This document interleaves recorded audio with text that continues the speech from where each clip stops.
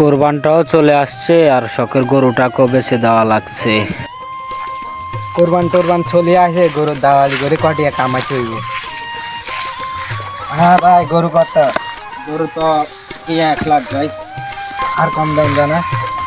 না আর কম কি, হারা বছর খাওয়াইছি দাম। ইচ্ছে কম কত দিতাম? যে দামে খাইছেন এই দামে কিনুন যেত না। আমি তো কইছি 1 লাখ, আপনি একটা বলেন। আচ্ছা 60,000 দিয়ে। না 60,000 কেন? আচ্ছা 68,000 দিয়ে।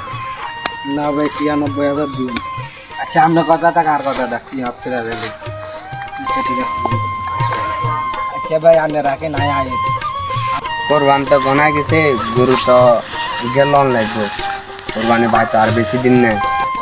কি রাজ্যে দেয় আরে কাস্টমার দিয়ে নাই না দেখো।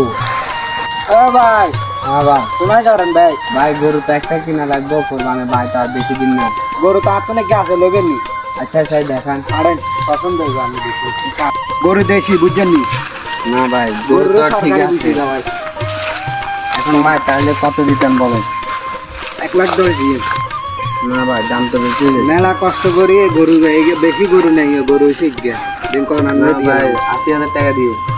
80,000 না আর 1,00,000 দিয়ে যান। না ভাই আর 5,000 টাকা দিতে পারবো।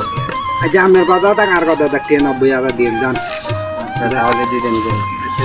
ধরেন দেখা জানো কিছু আচ্ছা, জান। ভাই আচ্ছা ধরেন না যা আচ্ছা। সারা বছর গরুটা ফেলে ফুসে বড় করলাম আমি, আর দালালে বসে বসে 20,000 টাকা নিয়ে গেল।